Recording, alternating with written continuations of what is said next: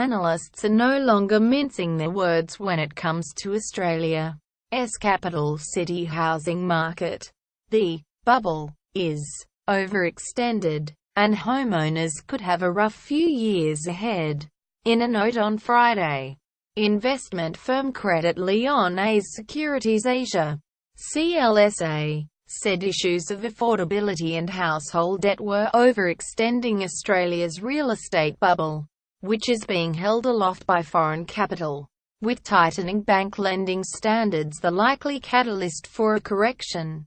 CLSA's base case is for the crisis to start with cheap apartments and later spread to other flats in proximity. This is likely to lead to defaults among small developers and a sharp contraction in apartment construction. Quote, CLSA said.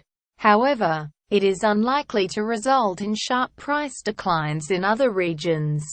Our worst-case scenario would result in dwelling prices falling sharply in all areas, eventually leading to a recession.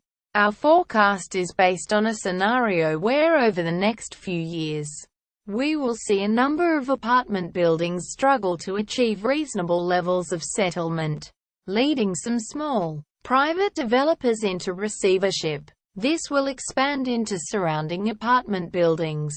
While we believe that there will be limited settlement risk on high-quality flats, it will result in a sharp slowdown in new apartment developments.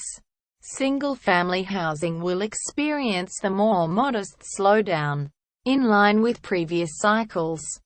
CLSA said construction would follow prices, so it expects apartment building to be hardest hit over the next 5 years.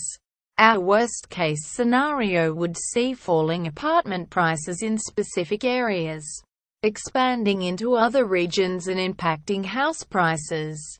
Quote, CLSA said, household debt of 122% of GDP and house price-to-income ratios of up to 12 times increases the risk. The firm warned, we would expect housing construction to follow prices, resulting in lower employment. It is particularly problematic if we see a sharp reduction in the building of single-family houses, the firm states, and falling house prices will also affect GDP via the so-called wealth effect, where consumers spend less when house prices fall.